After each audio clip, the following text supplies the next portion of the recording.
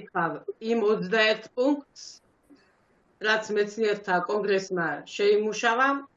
პირველი პუნქტი ეს გახლავთ ეროვნული დოქტრინა, შემდეგ ეს არის შეიქმნას ხალხის ინტერესების გამომხატველი კონსტიტუცია, შემდეგი ეს არის აღდგეს კანონი სახელმწიფო ღალატის შესახებ, კორუფცია და ნეპოტიზმი გამოცხადეს სახელმწიფო ღალატად და მიღებული იქნას ლუსტრაციის კანონი. დაუბრუნდეს ხალხს რეფერენდუმის ჩატარების უფლება. მიწა, ტყე, წიაღისეული და ყველაფერი, რაც ეროვნული სიმდიდრეა, უცხო ქვეყნის მოქალაქეებზე არ იყიდება. შეიქმნა სახელმწიფო კაცების საკრებულო. ქვეყანაში დამკვიდრდეს რეალური სამართლიანობა. შეიქმნას ქვეყნის განვითარების პროგრამა. სახალხო განხილვისათვის გამოტანილი იქნას პიროვნებათა პროფესიონალთა პარლამენტის კონცეფცია. აიკრძალოს პარტიების დაფინანსება ბიუჯეტიდან. შემცირდეს სახელმწიფო მოხელეთა ოპტიმალური რაოდენობა. განთავისუფლდეს სახელმწიფოს მარწუხებისაგან განათლება, მეცნიერება, კულტურა, სასამართლო და მთელი რიგი სფეროები. ეროვნული ტრადიციებისა და საერთაშორისო გამოსვლების გათვალისწინებით შემუშავდეს კანონმდებლობა სამართლიანი საინფორმაციო სივრცის შესახებ. შეიქმნა სამართლებრივი საფუძვლები სამართლიანი არჩევნების ჩასატარებლად. გატარდეს საბანკო რეფორმები. შეიქმნას ემიგრანტთა დაბრუნების ეფექტური პროგრამა. განხორციელდეს სახელმწიფო აპარატის დეპოლიტიზაცია. ჩატარდეს ყოველთა ქართველთა და საქართველოს შვილთა და საქართველოს მეგობართა მსოფლიო კონგრესი. რიონის ხეობა გამოცხადდეს ეროვნულ ნაკრძალად და საარსებო კალათა განისაზღვროს საერთაშორისო ნორმების შესაბამისად. სახელწოდება ამ პროგრამის დააკვირდით მიზანია სამშობლო და ადამიანი. სხვა ყველაფერი ხელისუფლების ჩათვლით საშუალება ამ მიზნის მისაღწევად. შიგნით რაზე შევთავაზებით, ფილოსოფია ამ კონცეფციის არის ათაურში ჩადებული. ყოველთვის საქართველოს არ ყოლია პრაქტიკულად დამოუკიდებლობის აღდგენის შემდგომ ხალხის მსახური ხელისუფლება. საქართველოს ყავდა გარედან მართული ხელისუფლებები და ყავს გარედან მართული ხელისუფლება. შვიდობა არის იმ ქვეყანაში კარგი, სადაც ადამიანია თავისუფალი. პირველი პუნქტის უკან დგას ძალიან სერიოზული პროგრამა. ეგა ყველაზე მნიშვნელოვანი. ძალიან კარგად არის ჩამოყალიბებული, რომ ყველა ადამიანს უნდა ქონდეს საარსებო მინიმუმი. იგი უნდა დადგინდეს დამოუკიდებელ ექსპერტთა მიერ და არა ხელისუფლების მიერ. ხელისუფლებას დესტრუქციულთან კამათი ურჩევნია კონსტრუქციულთან თანამშრომლობას.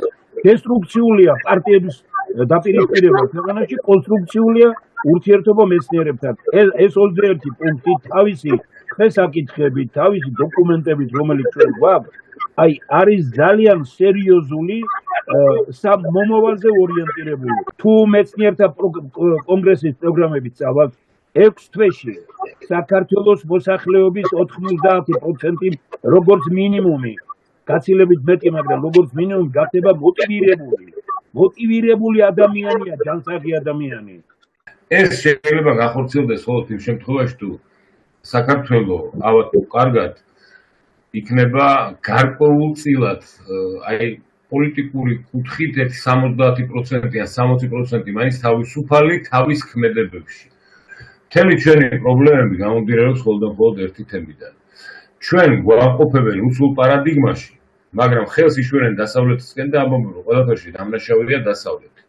მაგრამ რეალურად დღეს როგორც ქვეყნის ეკონომიკა, ასევე პოლიტიკაც არის სამწუხაროდ რუსული გავლენები არის ძალიან მაღალ დონეზე.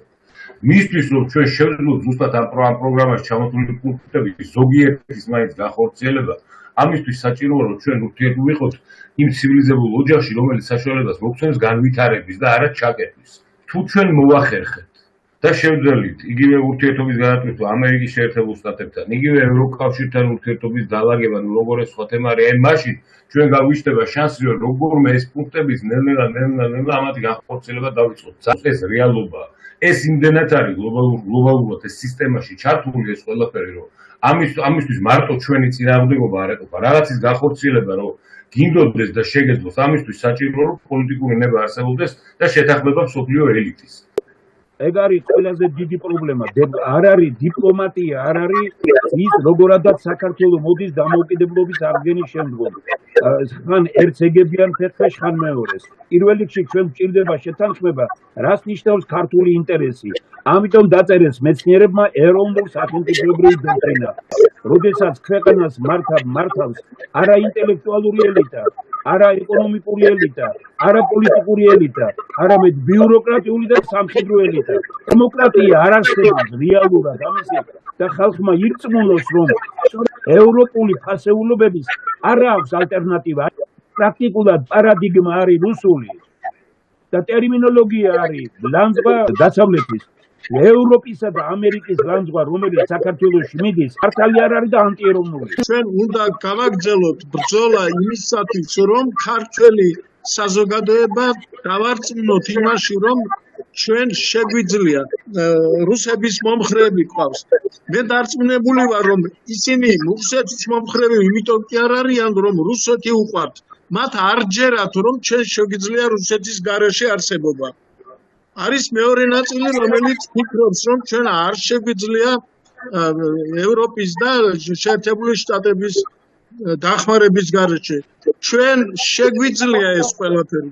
აი მე ვფიქრობ, რომ ჩვენს 21 პუნქტიან პროგრამაში სწორედ ეს ხაზია გატარებული. ჩვენ რაც უნდა გავაკეთოთ, ის უნდა აუცილებლად განვახორციელოთ.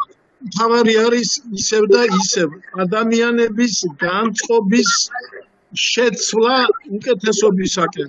არის ერთი მაგრამ რომ განახორციელოს მსგავსი რამ მინიმუმ უნდა კონდეს თვითმარი ეკონომიკა და კარგი იქნება თუ ატომური იარაღიც გიქნება რა. წინააღმდეგ შემთხვევაში ვერ შევძლებთ დაპირისპირებულ მხარეებთან, რომელიც ერთმანეთთან არიან დაპირისპირებული ზუსტად იმ ინტერესის გამო, რომ რაღაცა ამ ინტერესის ნაწილშია ჩვენი ქვეყანა, რომ მათთან ყველასთვის მეგობარი გავხდეთ. რომელიმე მხარეს უნდა ვიყოთ.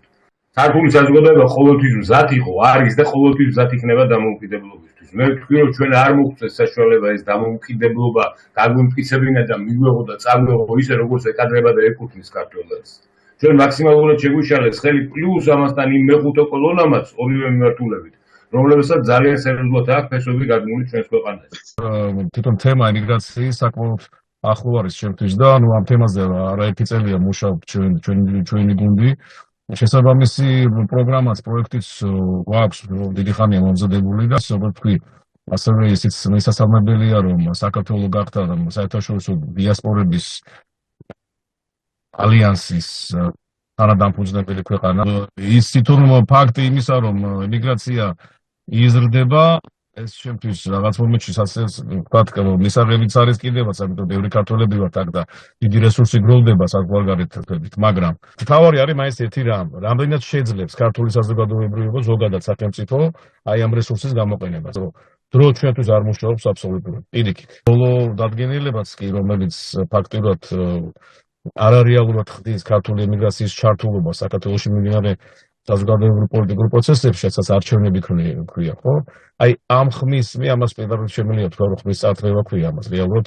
მე მგონია, რომ ეს გადაიხედოს და ამიტომ ვიზახი, რომ რა დააბრუნებს ემიგრაცია სამშობლოში.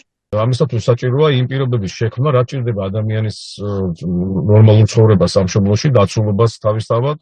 და თქვენ ემიგრანტებს ხო შეგიძლიათ რაღაც უფრო აქტიურად იყოთ ჩართული იმაში, რომ არ ინგრევა მსოფლიო, მე სადაც არ წავედი, ნებისმიერ ქვეყანაში გაცილებით უკეთესი პირობებია. თქმა უნდა, ძალიან დიდი პრობლემებია მსოფლიოში დღეს და მაგას ახლა ყველა ვადევნებს თვალყურ და ვიცით.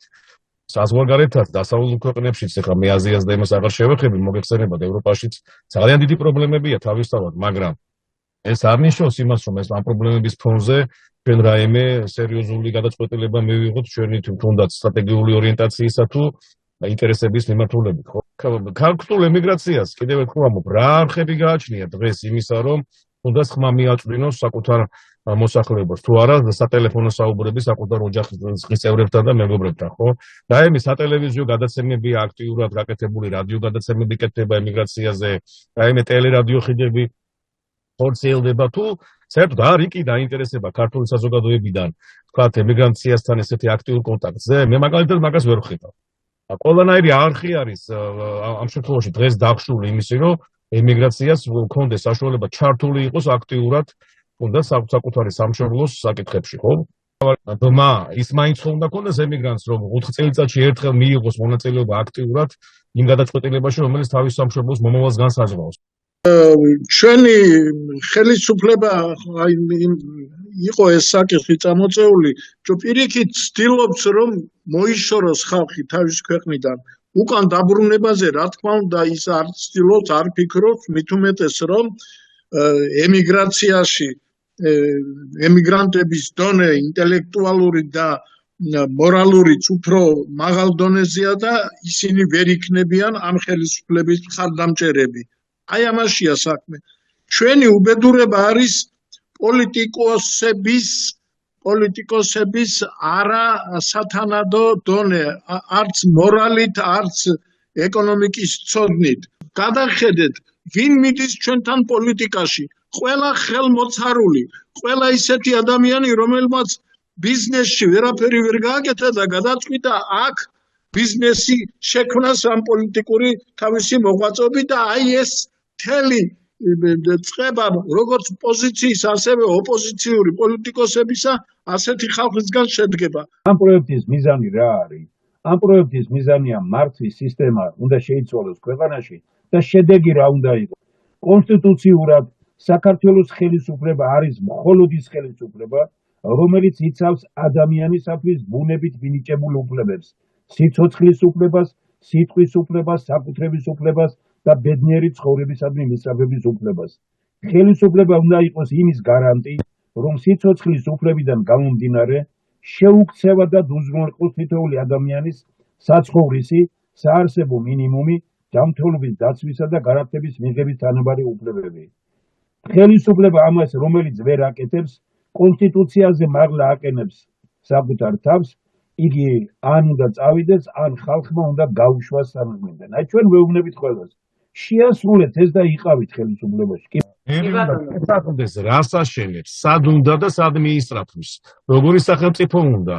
ეს ჩვენ ერთმანეთში თუ არ შევთანხმდით, ეს პოლარიზაცია მარტო პოლიტიკურ ველში კი ღადმული და ემიგრაციაშიც მათ შორის ჩვენ წარმოიდგინეთ. ანუ მარტო საქართველოში არ არის გაყოფილი საზოგადოება, ემიგრაციაშიც ესეთი პოლარიზაცია რა ძალიან დასანახია. ამიტომ თუ რაღაცა ერთიანი იდეა, ერთიანი იდეოლოგია ჩვენ ვერ შევქმნით და ერთმანეთს ვერ შევუთანხმეთ, ვერ ჩამოვყალით და შევთანხმეთ ერთმანეთთან ერთიან პოზიციაზე და ერთიან გზაზე, ჩვენ ძალიან გაგვიჭირდება. დღევანდელმა დისკუსიამ კიდევ ერთხელ დაგვანახა, რომ აუცილებელია მართვის სისტემის შეცვლა. გამოსავალი არსებობს ერთიანობაში, პროფესიონალიზმში და რაც მთავარია, პასუხისმგებლობით ქვეყნის წინაშე. ესეთა კონგრესი არის სწორედ ის საფიქრო, ის სამჟელო ადგილი, სადაც თანხმობაზე ლაპარაკობთ. შანსი მივცეთ მეცნიერებს, რომლებიც არგუმენტირებული პროგრამებით, არგუმენტირებული ღონისძიებებით შეძლებენ ქვეყანა, ესე იგი, დააბრუნონ დემოკრატიულ და ძლიერი ქვეყნის რესურსებს. ის რაც მოლოდინები იყო, ჩვენს მოლოდინები ვერ მივიღეთ და ქვეყანა რაღაც ქაოსში არის და საბოლოოდ ჩვენ ჩამოყალიბდით, რომ ქვეყანა უნდა მართოს. რა რომ მეცნიერებმა მართონ ქვეყანა, მაგრამ არც პოლიტიკოსები არ არიან დღეს მართალი. თავისუფლება იწყება აზროვნებით, აზროვნებას ქმნის განათლებული საზოგადოება და ის რომ ქვეყანა იმართება არაპროფესიონალიზმით და სამწუხაროდ განათლება გვიჭირს ძალიან, ზუსტადაც რომ დროულია განათლებული და მეცნიერებით აქტიური ადამიანების ჩართვა ქართულ პოლიტიკაში. ეს არის ჩემი მთავარი ფორმულა. მართვის სისტემის შეცვლა, დაპირისპირების გადალახვა და განახლებული ეროვნული მოძრაობა. გვაქვს ერთობის შეგრძნება, რომ ეს ქვეყანა ყველასია. მეცნიერთა კონგრესს უწერია ამ დოქტრინაში, რომ ძლიერნი თანამშრომლობენ, სუსტები უპირისპირდებიან. ხალხს არ დაუპირისპირდე. ჩაერთე, ანუ ითანამშრომლე, მოусმინე. საზოგადოება მეცნიერებს თავაზობს რესურსების სწორად გამოყენებას. განათლების სწორ გზაზე დაყენება და თავაზობს გამოსავალს. იმედს წარმოადგენ საქართველოს იმ კუთხეს აფხაზეთს, რომელსაც ყველაზე მეტად უჭირდღეს სამურზა ყანონში და მთელ აფხაზეთში ქართულ ენაზე ეკრძალებათ ესე იგი საუბარი. საქართველოს გაბწყინება, საქართველოს სწორ რელსებზე დადგომა გადის მეცნიერება და განათლებაზე. სწორედ ეს გარემო გამოირჩევა იმით, რომ აქ არის გამოკვეთილად პატრიოტული დამოკიდებულება ყოველი მოვლენის მიმართ. და მე სულ ვიცოდი, რომ საბჭოთა კავშირი დაინგრეოდა. როგორც იქნა მოვესწარით ამას და ახლა 35 წელიწადია ვიბრძვით, რომ დავიბრუნოთ ის, რაც ჩვენ გვეგონა რომ მოვიპოვეთ. სხვა ქვეყნის კარნახით და იმადგან მოსყიდულები ატარებენ სულ სხვა პოლიტიკას, ვინმე ჩვენ გვინდა. ჩვენ გვინდა დიდი სიყვარული ჩვენი ქვეყნის, ჩვენ გვინდა დიდი სიყვარული თავისუფლების და დამოუკიდებლობის. აბსოლუტურად მონოპოლიზებულია ყველაფერი და ქვეყანას მართავენ არაპროფესიონალები. და მე ვისურვებდი, რომ დამოუკიდებლობასთან ერთად თავისუფალი საზოგადოება გაიზარდა. გეთანხმებით იმაში, რომ ყველამ ჩვენი წილი როლი უნდა შევასრულოთ ამ თავისუფლების შენარჩუნებაში. ამაზე უფრო დიდი, ამაზე უფრო დიადი, ამაზე უფრო მარადეული არ არსებობს. ერი თუ არ არის თავისუფალი, ისერი არის მკვდარი. მე პირადად შეურაცხყოფილი ვარ, რომ ერთმა ფულიანმა კაცმა ქვეყანა ჯიბეში ჩაიდო. მოვა დრო და ჩვენ მომავალში ვიტყვით და შევაფასებთ წარსულს, რომ ეს არ შეიძლებოდა თურმე. ჯობია დღეს ვთქვათ პირდაპირ და ვთქვათ ეს გულახდილად. სახელმწიფო სიმტკიცე მოდის არა შიშზე, არამედ ნდობაზე და თანამონაწილეობაზე. ხალხს უნდა ენდო და თანამონაწილე გახადო. გული მწყდება ბევრ მეცნიერზე, გული მწყდება ბევრ მწერალზე, გული მწყდება ბევრ ინტელიგენტზე, გული მწყდება ძალიან ბევრზე, მათ შეუძლიათ რომ ასე არ მათ შეეძლოთ და დღესაც შეუძლიათ რომ ასეთი თავხედი არ იყოს ხელისუფლება. ბიძინა ავანიშვილი საჭიროა ქვეყნისთვის, მაგრამ არა პოლიტიკაში, მიხეილ სააკაშვილი საჭიროა, მაგრამ არა ამ ამბიციებით. სამარცხვინოა რომ თქვათ აი როგორ ვეგებით ფეხვეშ, ხან პულს, ხან ქუჩის ბელაც, ქვეყანა ძლიერი არის მაშინ, როდესაც განათლებულ ადამიანთა ხელისუფლება. ხვალ არის 26 მაისი. ერთი დიდი ეროვნული დღესასწაული. ახლა 9 აპრილის და 26 მაისის ურთიერთმემართებაზე ეს ძალიან მნიშვნელოვანია. 9 აპრილი, 31 მარტი ზვიად გამსახურდიას დაბადების დროს დაემთხვა და კი არ დაამთხვია. რომლის საფუძველზე რეფერენდუმის საფუძველზე იყო მარტივი შეკითხვა. ქსურ თუ არა 1918 წლის 26 მაისის საფუძველზე გამოცხადებული დამოუკიდებლობა აღდგეს. ჩვენ შეგვეძლო ეს რეფერენდუმის გარეშეც გავგვეკეთებინა. ამ დროს გაურისკეთ და მაგრამ ამით პატივი ეცით მოსახლეობას. როდესაც 93 თუ 17%-მა მხარი დაგვიჭირა ამ რეფერენდუმში და გითხრა დიახ, ამის შემდეგ 9 აპრილს იყო გვირგვინი გამოცხადა დამოუკიდებლობა. 1918 წლის 26 მაისი, რომელიც უდიდესი თარიღი არის, დამოუკიდებლობის დღე, რომელი უნდა იყოს გამოცხადებული 26 მაისი 18-ის თუ 9 აპრილი. 9 აპრილის ეს უპირატესობა აქვს ძალიან დიდი. 26 მაისი არის პირველი რესპუბლიკის დაფუძნების, ასე ვთქვათ, და გამოცხადების აქტი.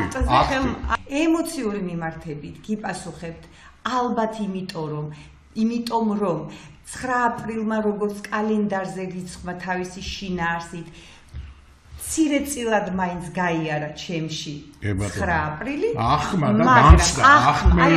და განცდა. და პრაგმატულად ალბათ კარგი იქნება ის პროცედურული ნაბიჯები, რაც თქვენ ბრძანეთ და გავიაროთ რა. რეფერენდუმი.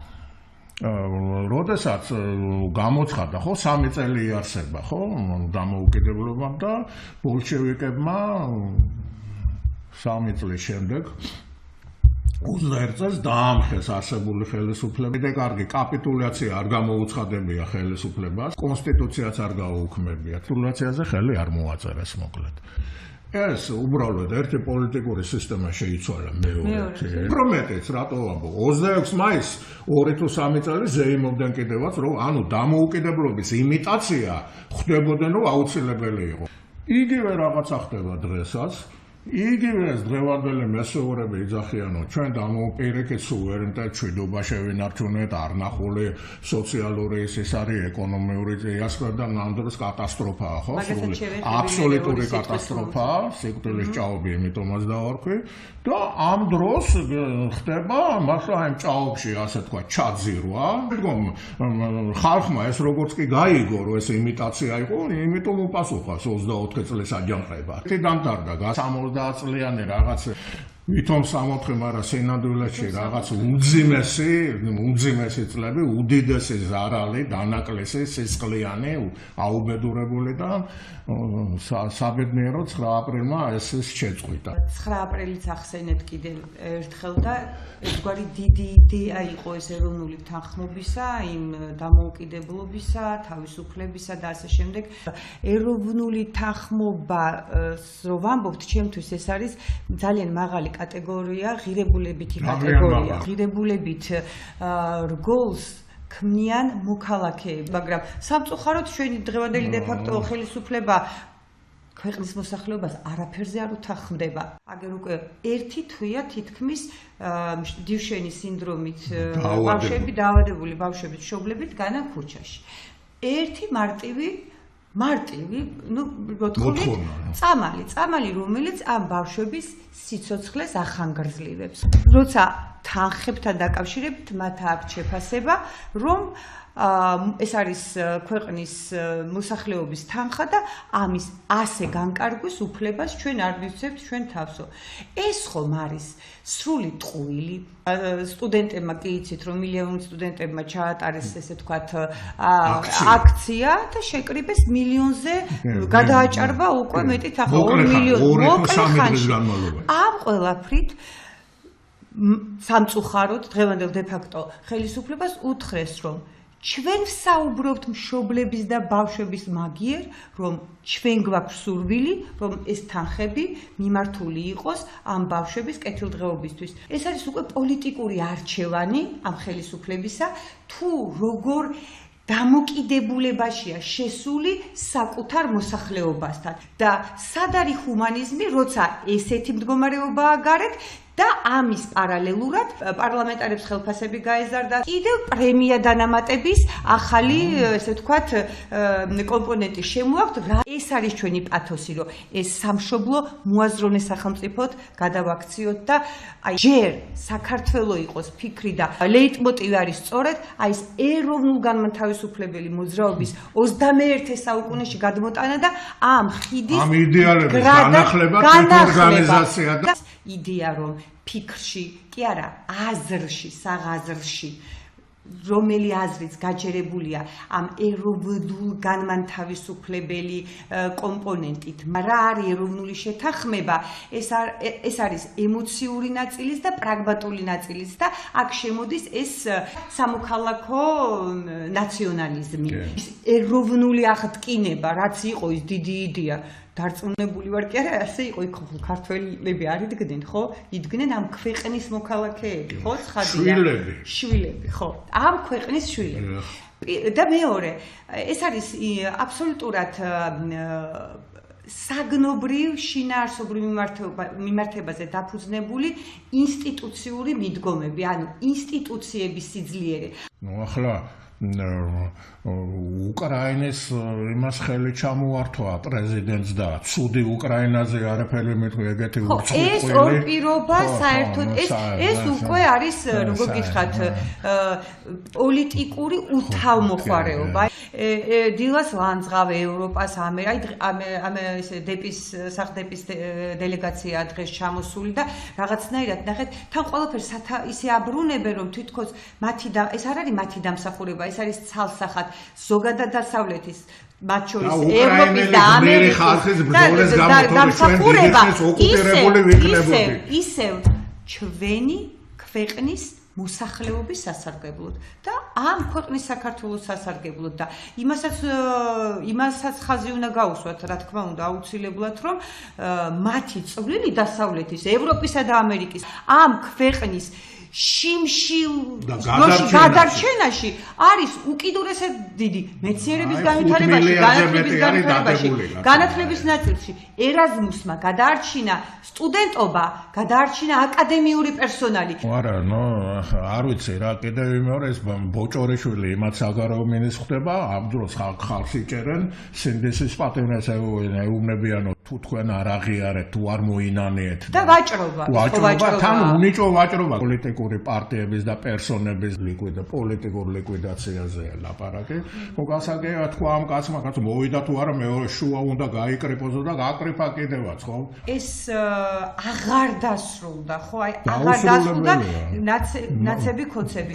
ეს ეს ნაცობის ფენომენი რომ გასწრეს ამათი ხო და მაშინ მათ არსებობას ეკავებს. იმიტომ რომ ეს ბრალი არის იმისა, რომ ამ ოცნების პარლამენტი იქნება თუ ასე შემდეგ შინაარსზე და საგანზე ორიენტირებული არ არის. ეს არის აბსოლუტურად პერსონალური პირადი ინტერესის გადარჩენის პოლიტიკა. ჩვენი პოლიტიკური ორგანიზაცია ჯერ საქართველო, ძალიან მალე პოლიტიკური პარტია ჯერ საქართველო არის გააზრებული ის, რომ ჩვენი ფიქრი, აზრი არის მხოლოდ ჯერ საქართველოსთვის და ეს ჯერ საქართველო დრო რომ მომენტია ისტორიული, ეს თუ ხელიდან გავუშვით, მე პირადად ჩემთას ვერ ვაპატივ. ეს აუცილებელი იგივე სტოკჰოლმის მანხიდები, არასამთავრობო ეს იქნება ეს რომ მეცნიერთა კონგრესი იქნება, რაც კიდევ მთავარია ყველაფერი. რისი რომ წამოვიდა იდეები, მათ შორის თქვენი წარმომადგენლებიც მონაწილეობენ, მათ შორის უზენაესად წარმომადგენლები, ლაპარაკი არის იმაზე, ეროვნული მოძრაობის ასე ვთქვათ განახლებაზე და ამ სტრუქტურის ასე ვთქვათ ჩამოყალიბებას საკოორდინაციო საბჭოს ჩამოყალიბებაზე. ჩვენი ქვეყნის თავარი ერთ-ერთი უბედური რა არის? ამ 14 წელი კი მეტია. მოსახლეობასა და პოლიტიკურ პარტიებს შორის, მოდი ვთქვათ, უფსკრული არის. ერთ ბრალდებების ეს ამოსავსებია აუცილებლად და თქვენი ერთ-ერთი უმნიშვნელოვანესი ფუნქცია აი ამ უფსკრულის ამოვსება. ინტეგრაცია და დიალოგი, ჭეშმარიტი დიალოგი და დისკუსია ხალხთან და არა ისეთი ფარსი როგორი შემოგთავაზა და იმედმა და ასე შემდეგ და ამიტომ ჯერ საქართველოს ჯერია. დამოუკიდებლობის დღეს არავინ არ ახსენა ზვიად გამსახურდია, არავინ არ ახსენა კოსტავა, არავინ არ ახსენა შარტავა და გაბესკირია, დიახ, არავინ არ ახსენა შინდისის გმირებზე არაფერს. ესე იგი არავინ არაფერი არ თქვა იმაზე, რომლებიც რაღაცნაირად მეორე კითხვა რომ წამოვიდეს, რატომ დაიღუპენ, ვინ დაღუპა, ვინ გაანადგურა, ესე იგი რომ არ გამოჩინილიყო ეთყობა რუსეთი. ესე იგი ჩვენ დღეს ვიხილეთ ჩვენი რაფერინებული, გაწმენდილი ხელისუფლება, რომელიც ელოლიავება რუსეთს და რუსეთის ხელისუფლებას. ამ ისტორიულ დღეს ჩვენ არაფერს არ ვამბობთ, რამდენი გმირი გვყავს, ვინც შეეწირა და მაშინ და როგორც ეკლესიური, ასევე სამოქალაქო და ის რომ დღეს აი ამ ხელისუფლებმა არც ერთმა არაფერი ამაზე არ თქვა, მე ცოტა შეურაცხყოფილად ვიგზენით თავი. ხელისუფლება, რომელიც შეგნებულად ივიწყებს თავის გმირებს, იმ გმირებს, რომლებმაც ბოლო 200 წლის განმავლობაში ჩვენი ყველაზე მნიშვნელოვანი მტრის და ოკუპანტის სახელს და აი ამ მოვლენებს ივიწყებს, ის თვითონ არის ოკუპანტი. თვითონ არის საოკუპაციო ძალა. იმიტომ რომ თუ შენ მე თუ მტერი მყავს, ხო? და მე თუ ინტერეს ვეფერები, ესე იგი მე იმ მტრის მხარეს ვარ. და თუ მე იმ მტრის მხარეს ვარ, იმ მტრის ინტერესს ვახორციელებ და თუ იმ მტრის ინტერესს ვახორციელებ ჩემს ქვეყანაში, ესე იგი მე თვითონ ვარ საოკუპაციო ძალა. ძალიან სამარცხვინოა ყოველთვის ესეთი ხელისუფლებების ბოლო. რაც არ უნდა გაგრძელდეს. ჩვენ ახლა ისეთი უბედურება გვეწვია 1921 წელს, ეს იყო ერთდროულად ბოლშევიზმი და რუსული იმპერია. ეს იყო პლებეების გამარჯვება რუსული იმპერიის მხარდაჭერით. უბინძურეს იმპერიას ვებძვით, უკვე 200 წელზე მეტია. ყველაფრის მკადრებელ იმპერიას ვებძვით და სხვათა შორის ის ვინც დღეს არ ახსენეს, ხო? ზვიად გამსახურდია. მერაბ კოსტა,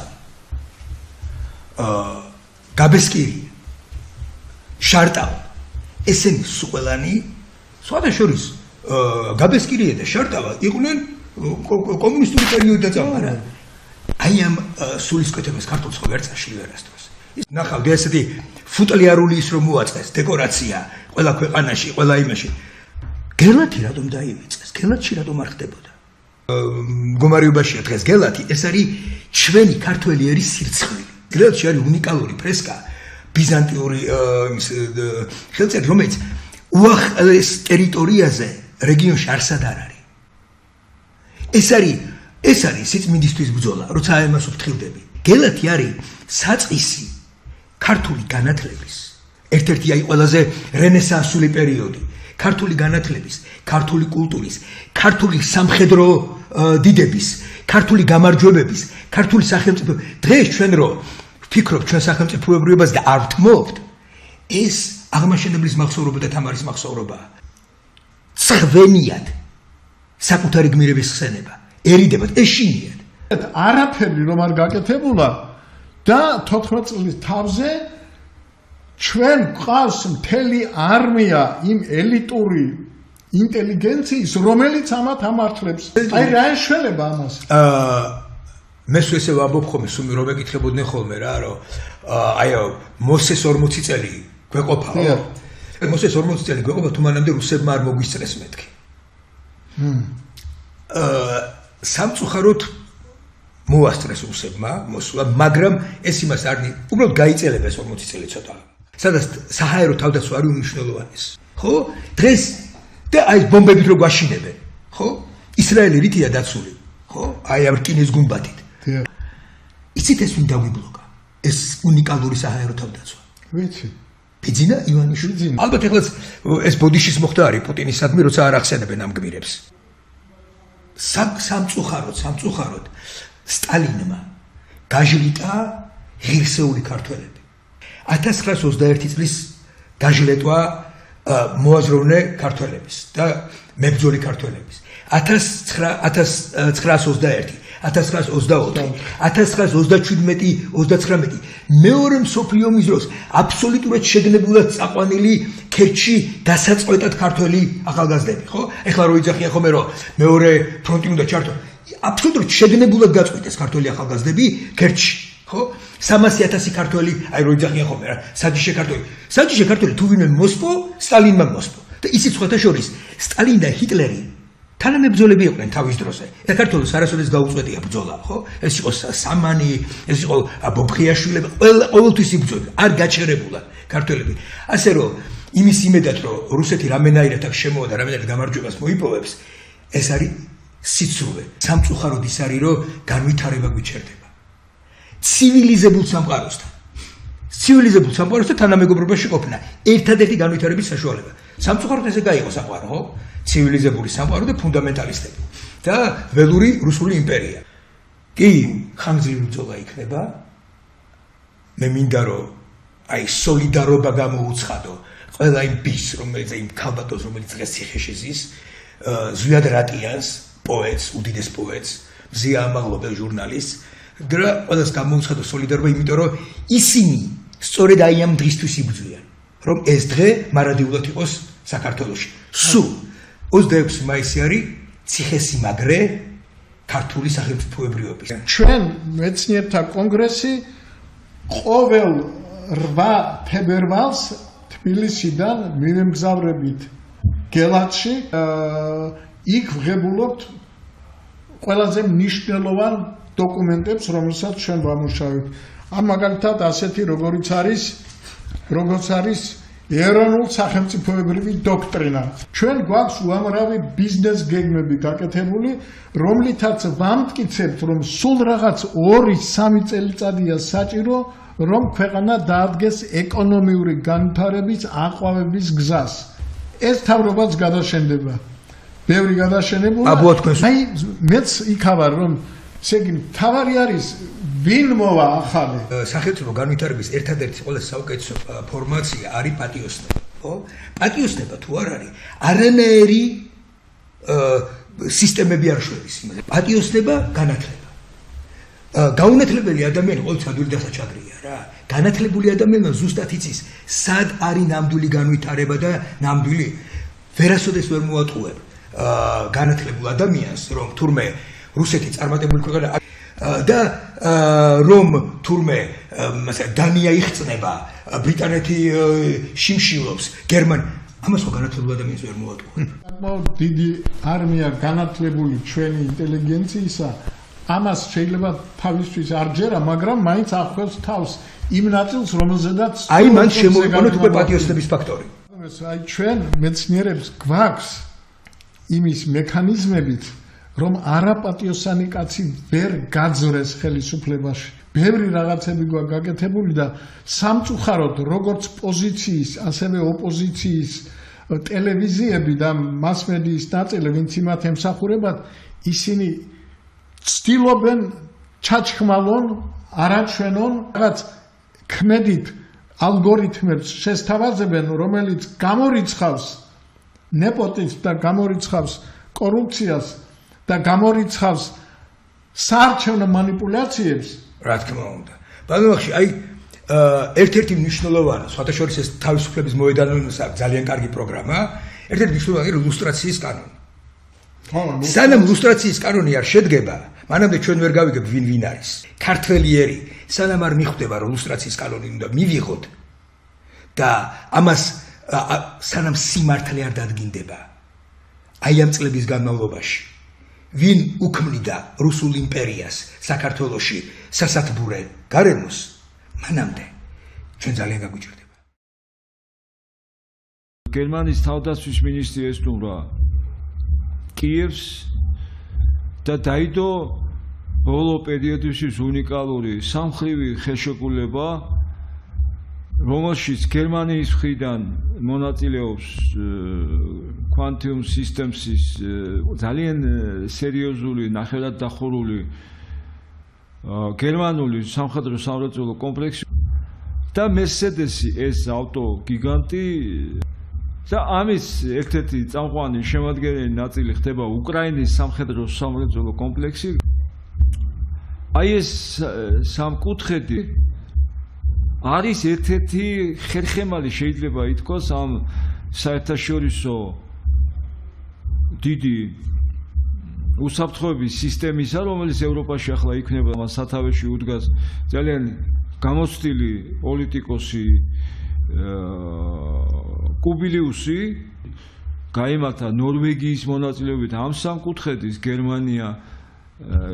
გერმანიის ამ ორი ზლავრი გიგანტის, ტექნოლოგიური გიგანტის პლუს უკრაინის, ნორვეგიასთან ერთად ერთობლივი შეხვედრა და ნორვეგია პირდაპირ არის ჩართული ამ სისტემის განვითარებაში.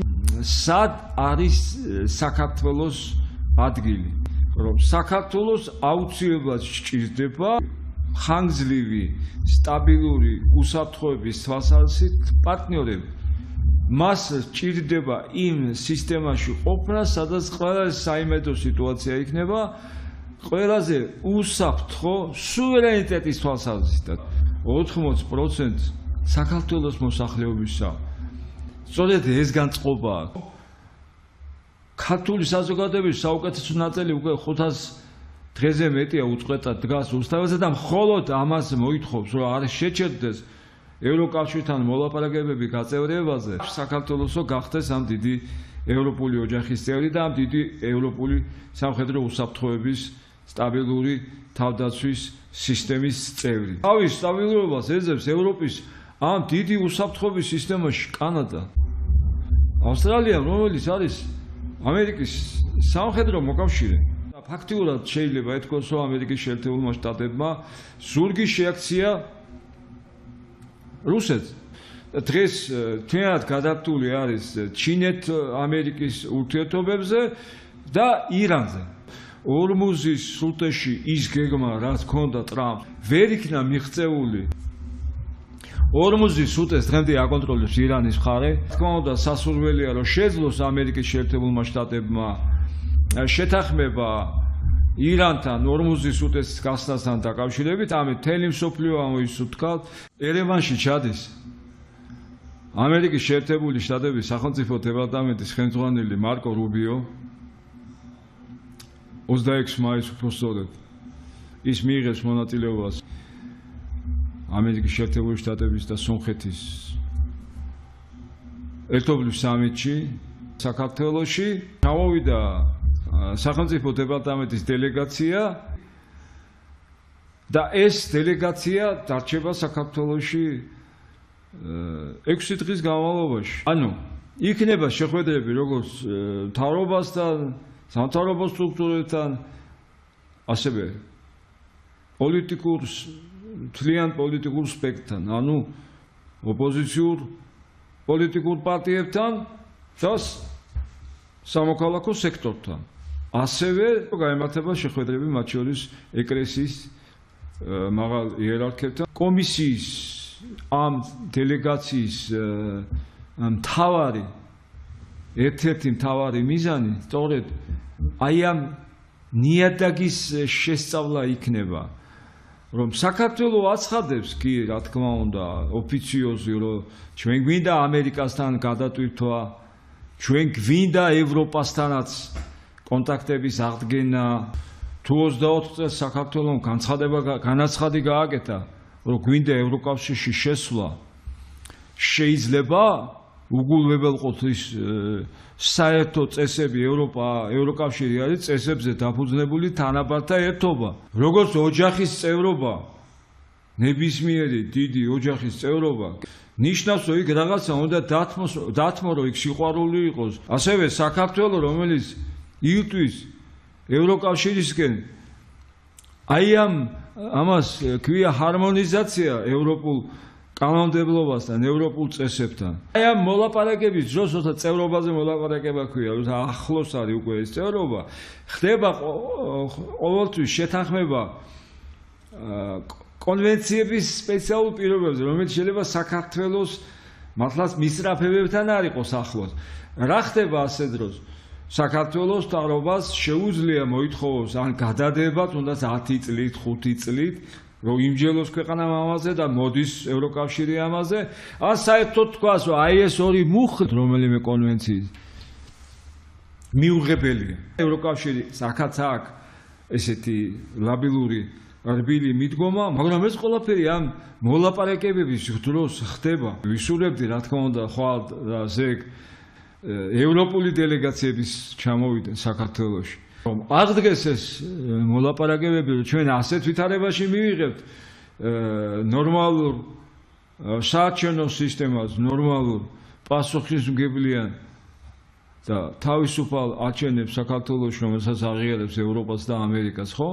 სხვანაირი ფორმით დღეს ვიცით, ხო, მოსკოვის მექანიზმის მიერ დადებული დასკვნა ფაქტების დამდგენი კომისიის, ხო, რომ 24 წლის არჩევნები ეუთომ დასვა უკვე დიდი ეჭვის ქვეშ სიზულვილის ენის და გამოვლენის წინააღმდეგ ბრძოლას აცხადებს ოცნების ხელისუფლება საქართველოში.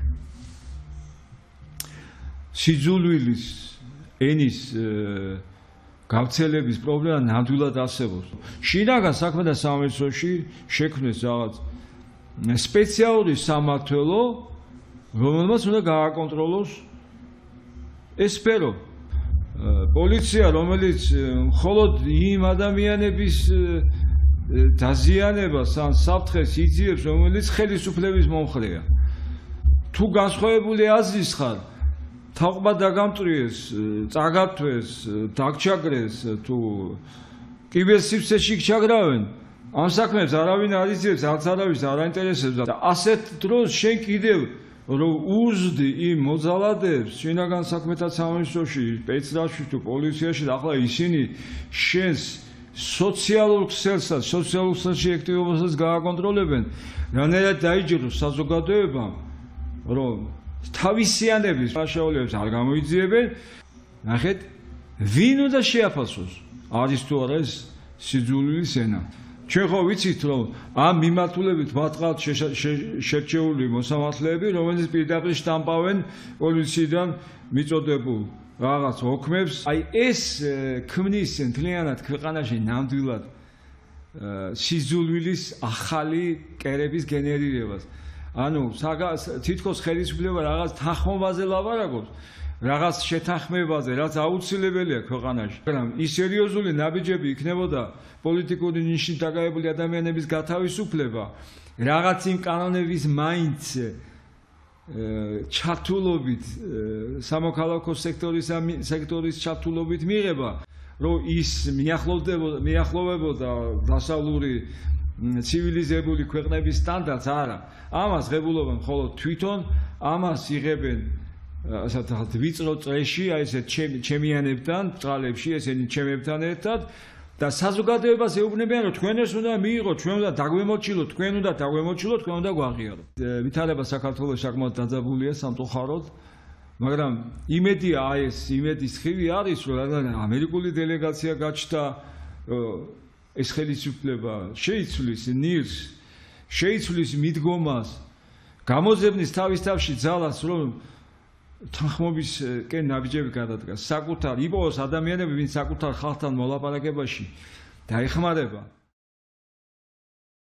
ფაქტთან დაკავშირებით, როცა გორში დაახლოებით 10-12 პოლიციელი თქვათ ესე რბილად უსწორდებოდა ერთ-ორ ახალგაზრდას.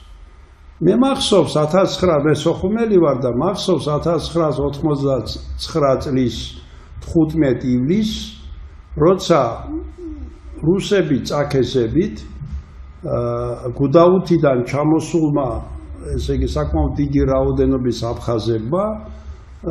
აფხაზები, ასევე სხვები დაგვესხნენ ჩვენ სოხუმში, ჯერ ეს მოხდა კინოთეატრ რუსთაველის წინ, სადაც არმატურა ჩაარტყეს ეროვნული მოძრაობის თვალსაჩინო წარმოადგენელს ვოვა ბეკუას, რის შედეგად ის შემდგომში დაიღუპა და ასევე ესე იგი, რადგანაც ისინი მომზადებული იყვნენ არმატურებით და სხვა საშუალებებით, ხოლო ჩვენ ერანგებით ვიყავით ძალიან ცხელოდა მაშინ და მახსოვს მაშინ ჩვენ ესე იგი რაღაცნაირად რადგანაც არაფერი არ ქონდა, ჩვენ წამოვედით სანაპიროთი და იქ ხედავდით სამწუხაროდ, ვინც დაუშვათ ვერ მოასწრო წამოსვლა, როგორ 15-20 აფხაზი იქნებოდა სომეხი თუ სხვა ურტყამდა ერთ ქართველს.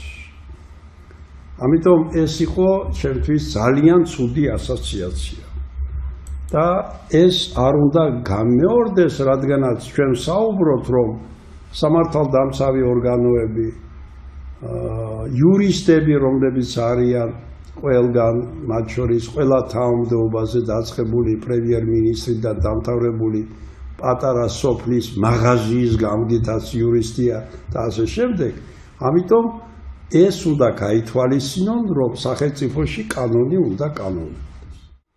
სიმართლე უნდა ითქვას, რომ ზუსტი და საბუნებისმეტყველო მეცნიერებების ფაქტიურად განადგურება დაწყებული იყო 2005-2006 წლიდან. უფრო მეტიც, თავდაპირველად სწორად იყო შემოღებული ყველა სპეციალობაზე, მათემატიკა იქნებოდა თუ სამართალმცოდნეობა, ზოგადი უნარები. აბიტურიენტ შემდგომში სტუდენტს უვითარებს კრიტიკულ აზროვნებას და საერთოდ აზროვნებას. რაც ძალიან კარგი იყო. შემდგომში ეს ამოიღეს, რაც ჩემის აზრით უდიდესი შესწორმა. საზოგადოებაში ბოლო 25 წელი მაინც თუ მეტი არა, მიდის პროპაგანდა, რომ თავარი პრესტიჟული სპეციალობები არის სამართალმცოდნეობა, ეკონომიკა, ну ახლა სამედიცინო თავისთავად პოლიტიკის მეცნიერებები, ესე იგი, რა თქმა უნდა, საერთაშორისო ურთიერთობები ასე შემდეგ, ხოლო ზუსტი და საბუნებისმეტყველო ეს ნაკლებად პრესტიჟულია და საერთოდ რაზე უნდა აბიტურიენტმა, შემდგომში სტუდენტმა იმდენი შრომა ჩადოს, რომ მერე გახდეს ან სკოლის მასწავლებელი, ან პროფესორი, დამამცირებელი ხელფასი. ბოლო 20 წლის განმავლობაში ნაყოფიერი ანტისახელმწიფოებრივი მიდგომის მეშვეობით დაღუპეს საქართველოში ფუნდამენტური და საბუნებისმეტყველო მეცნიერებები. საქართველოს ცნობიერში ცნობილი არის ყველაზე მეტად მათემატიკური სკოლით მუსხელიშვილი ვეკუა, ასევე რა თქმა უნდა ფიზიოლოგია ბერიდაშვილი და უზნაძე განწყობის თეორია. ძალიან ძლიერი სკოლა იყო ფიზიკის. ქიმიის ნაწილობრივ დაღუპეს. მინდა გითხრათ, რომ ჩემი ღრმაწენით საქართველოში მეცნიერების და განათლების რეფორმა საჭიროა.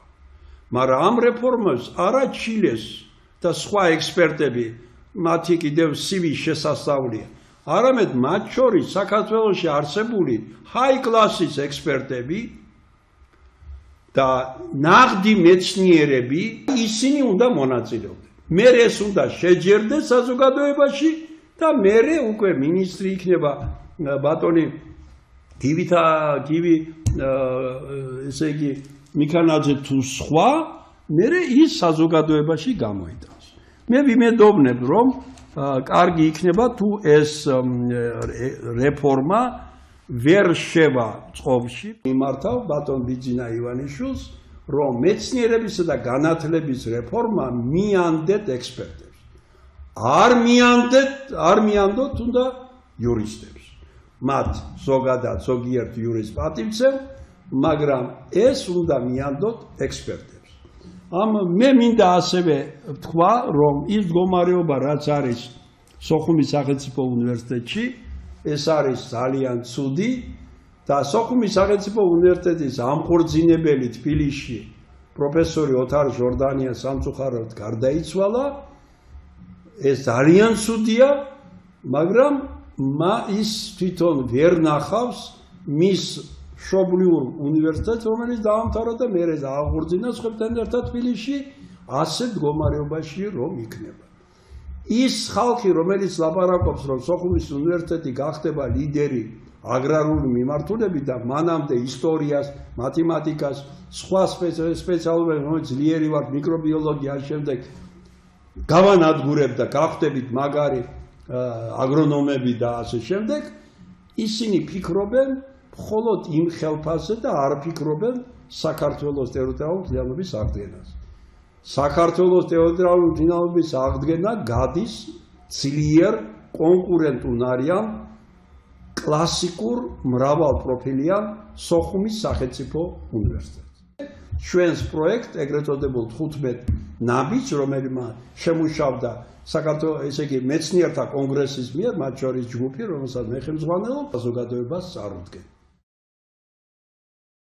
ფაქტთან დაკავშირებით, როცა გორში დაახლოებით 10-12 პოლიციელი, თქვათ ესე, რბილად უსწორდებოდა ერთ-ორ ახალგაზრდას. მე მახსოვს 1900 მე სოხუმელი ვარ და მახსოვს 1989 წლის 15 ივლისს, როცა რუსები წაქეზებით გუდაუთიდან ჩამოსულმა, ესე იგი საკმაოდ დიდი რაოდენობის აფხაზები, ასევე სხვები დაგვესხნენ ჩვენ სოხუმში.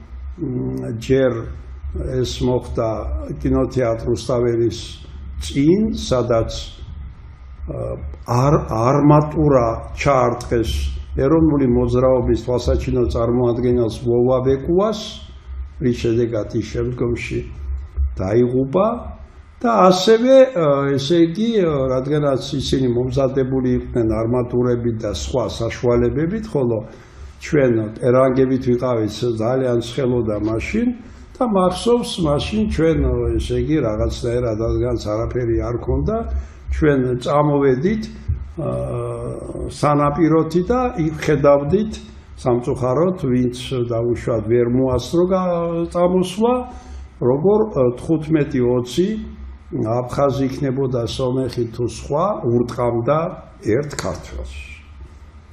ამიტომ ეს იყო ჩემთვის ძალიან ცუდი ასოციაცია. და ეს არ უნდა გამეორდეს, რადგანაც ჩვენ საუბრობთ, რომ სამართალდამცავი ორგანოები, იურისტები, რომლებიც არიან ყველგან, მათ შორის ყველა თანამდებობაზე დაწყებული პრემიერ-მინისტრიდან დამთავრებული პატარა სოფლის მაღაზიის გამგითაც იურისტია და ასე შემდეგ. ამიტომ ეს უნდა გაითვალისწინონ, რომ სახელმწიფოში კანონი უნდა კანონი. სიმართლე უნდა ითქვას, რომ ზუსტი და საბუნებისმეტყველო მეცნიერებების ფაქტიურად განადგურება დაწყებული იყო 2005-2006 წლიდან. უფრო მეტიც, თავდაპირველად სწორად იყო შემოღებული ყველა სპეციალობაზე, მათემატიკა იქნებოდა თუ სამართალმცოდნეობა, ზოგადი უნარები. აბიტურიენტ შემდგომში სტუდენტს უვითარებს კრიტიკულ აზროვნებას და საერთოდ აზროვნებას. რაც ძალიან კარგი იყო. შემდგომში ეს ამოიღეს, რაც ჩემის აზრით უდიდესი შესწორმა. საზოგადოებაში ბოლო 25 წელი მაინც თუ მეტი არა,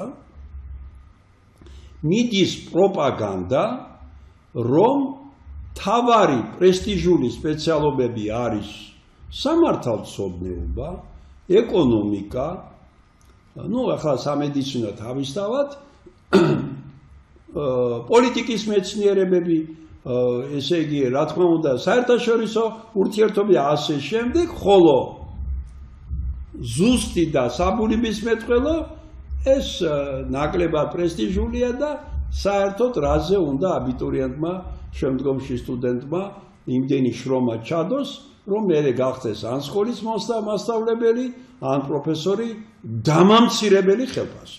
ბოლო 20 წლის განმავლობაში ნაყოფიერი ანტისახელმწიფოებრივი მიდგომის მეშვეობით დაღუპეს საქართველოში ფუნდამენტური და საბუნებისმეტყველო მეცნიერებები.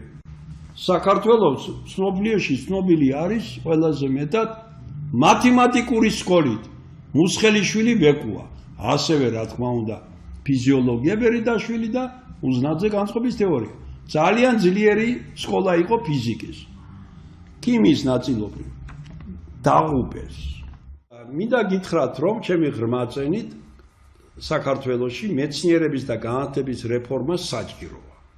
მაგრამ ამ რეფორმებს არა ჩილეს და სხვა ექსპერტები, მათი კიდევ სივის შესასწავლია, არამედ მათ შორის საქართველოში არსებული ჰაი კლასის ექსპერტები და ნაღდი მეცნიერები, ისინი უნდა მონაწილეობდნენ. მე ეს უნდა შეჯერდეს საზოგადოებაში და მე უკვე მინისტრი იქნება ბატონი გივი ესე იგი მიქანაძე თუ სხვა, მე ის საზოგადოებაში გამოიტანს. მე ვიმედოვნებ, რომ კარგი იქნება თუ ეს რეფორმა ვერ შევა წყობაში. მიმართავ ბატონ ბიძინა ივანიშვილს, რომ მეცნიერებისა და განათლების რეფორმა მიანდეთ ექსპერტებს. არ მიანდოთ თუნდა იურისტებს. მათ ზოგადად ზოგიერთ იურისტს პატივცემ, მაგრამ ეს უნდა მიანდოთ ექსპერტებს. მე მინდა ასევე ვთქვა, რომ ის მდგომარეობა, რაც არის სოხუმის სახელმწიფო უნივერსიტეტში, ეს არის ძალიან ცუდი და სოხუმის სახელმწიფო უნივერსიტეტის ამხორციელებელი თბილისში პროფესორი ოთარ ჟორდანია სამწუხაროდ გარდაიცვალა. ეს ძალიან ცუდია, მაგრამ ის თვითონ ვერ ნახავს მის მშობლიურ უნივერსიტეტს, რომელიც დაამთავრა და მერე აღორძინა სხვებთან ერთად თბილისში, ასე მდგომარეობაში რომ იქნება.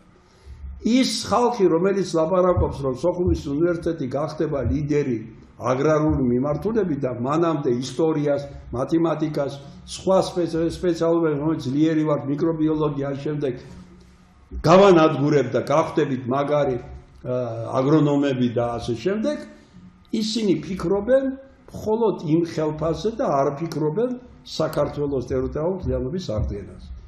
საქართველოს ტერიტორიულ ძალების აღდგენა გადის ძლიერ კონკურენტუნარიან კლასიკურ მრავალპროფილიან სოხუმის სახელმწიფო უნივერსიტეტს.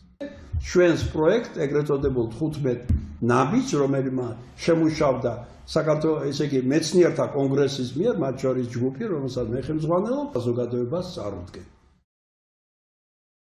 იეცით წამალი ბავშვებს. ეს არის ერთ-ერთი სამარცხვინო დღეები საქართველოს უახლეს ისტორიაში. ბავშვებს არ აძლევენ წამალს იმ ბავშვებს, რომლებიც ყოველდღიურად ელოდებიან ხელისუფლების დახმარებას.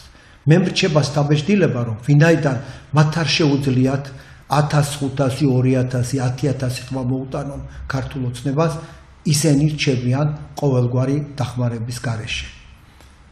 მსოფლიოში აპრობირებული მედიკამენტები, რომლებიც ემსახურება დიუშენი დაავადებული ბავშვებისათვის საჭირო სასიცოცხლო იმპულსის მიცემას, არ შემოდის საქართველოში. არის ამერიკის შეერთებულ შტატებში, არის ევროპის ქვეყნებში, მაგრამ ეს წამლები არ შემოდის საქართველოში. 30 დღეზე მეტია დიუშენი დაავადებული ბავშვების მშობლები, დედები, მამები, ბებიები, პაპები, ძმები, დები, მეზობლები, მეგობრები დგენან მთავრობის კანცელარიის წინ და ითხოვენ დახმარებას. არაადეკვატური იყო, ჩემი აზრით, პრემიერ-მინისტრის განცხადება, რომელმაც თქვა, რომ 50 მილიონ ლარს ბიუჯეტიდან ვერ გამოყოფენ, იმიტომ რომ ხალხის ფულია და თურმე ხალხს უნდა ჰკითხონ. მე მინდა ვკითხო პრემიერ-მინისტრს. რამოდენიმე თვის წინ პრემიერ-მინისტრმა ისაუბრა ფეხბურთზე და თქვა, რომ საქართველოსშიო ძალიანო დაძაბული ჩემპიონატია ფეხბურთში, ხან რომელი გუნდი ხდება ჩემპიონი, ხან რომელი, მაგრამ ვერც ერთი გუნდი ვერც ევროპის ლიგაზე გადის, ვერც ჩემპიონთა ლიგაზე და ვერც კონფერენც ლიგაზეო. მაშინ ვეუბნები პრემიერ-მინისტრს 300 მილიონი ლარი, რომ გამოიყო ფეხბურთის განვითარებისთვის. ხალხიდან თქვენ გქონდათ თანხმობა? რატომ გამოიყო ეს ფული? იმიტომ რომ ფეხბურთი არის პოპულარული სპორტი და ქართულმა ოცნებამ სავარაუდოდ იფიქრა, რომ მიიღებდა დივიდენდს არჩევნების დროს. ვინაიდან ჩემი აზრია ასეთი სუბიექტური და ალბათ ბევრი ადამიანი დამეთანხმება, დიუშენი დაავადებულ ბავშვებს არ აქვთ რესურსი, რომ ქართულ ოცნებას დაეხმარონ. 30 დღეზე მეტია მათ მშობლებს და ახლობლებს უწევთ სიცივეში, ქარში, წვიმაში, ყინვაში დგომა, რომ თავიანთ შვილებს, შვილიშვილებს, მეზობლებს, დიშვილებს, მიშვილებს დაეხმარონ და საქართველოს ხელისუფლებამდე მიაღწიონ ხმა. ძალიან ამაღელვებელი იყო ილიას უნივერსიტეტის სტუდენტების მიერ ჩატარებული აქცია. ბავშვებმა შეძლეს 48 საათში დაახლოებით 2 მილიონი ლარის მობილიზება. ეს იყო ნათელი სიგნალი ხელისუფლებისადმი, რომ თუ არ მოხდება დიუშენი დაავადებული ბავშვების მხარდაჭერა, თუ არ მოხდება იმ წამლების და მედიკამენტების შეძენა, რომელიც აუცილებელია ყოველდღიურად მათი სიცოცხლისა და ჯანმრთელობისათვის, საქართველოს ხელისუფლებას ელოდება უდიდესი რისხვა საქართველოს სამოქალაქო საზოგადოების მხრიდან და ეს რისხვა გამოიხატება იმაში, რომ არც ერთი ადამიანი, ვინც მხარს უჭერდა ქართულ ოცნებას, ჩემი აზრით, ვალდებული იქნება, რომ ქართულ ოცნებამ მხარი აღარ დაუჭიროს, თუ ხელისუფლება არ ზრუნავს ბავშვების სიცოცხლეზე, თუ ხელისუფლება არ დგას ბავშვების გვერდით, თუ ხელისუფლება არ ფიქრობს იმას, რომ პირველ რიგში ბიუჯეტი უნდა მოხმარდეს ბავშვების ჯანმრთელობას, ბავშვების სიცოცხლეს, ბავშვების სწორ აღზრდას, ბავშვების განვითარებას, იმ ხელისუფლებას არ უნდა ჰქონდეს მანდატი სამოქალაქო საზოგადოების მხრიდან. პატივცემულო ტელემაყურებლებო, დღეს ჩვენ პირდაპირ ეთერში მოვიწვიეთ ერთ-ერთი დიუშენი დაავადებული ბავშვის ბებია ქალბატონი აზა თავაძე. ქალბატონი აზა თავაძე 30 დღის განმავლობაში დგას კარში, წვიმაში, ყინვაში და ითხოვს საქართველოს ხელისუფლებიდან იმ მედიკამენტის შემოტანას საქართველოში, რომელიც არის აპრობილებული ამერიკის შეერთებულ შტატებსა და ევროპაში. ქალბატონი აზა და მასთან გვერდში მყოფი სხვა მშობლები სვავენ კითხვას. რით განსხვავდება ამერიკელი და ევროპელი ბავშვი ქართველი ბავშვისაგან? თუ მათ უნდა ჰქონდეთ ეს წამალი, რატომ არ შეიძლება ჰქონდეს ეს წამალი ქართველ ბავშვებს?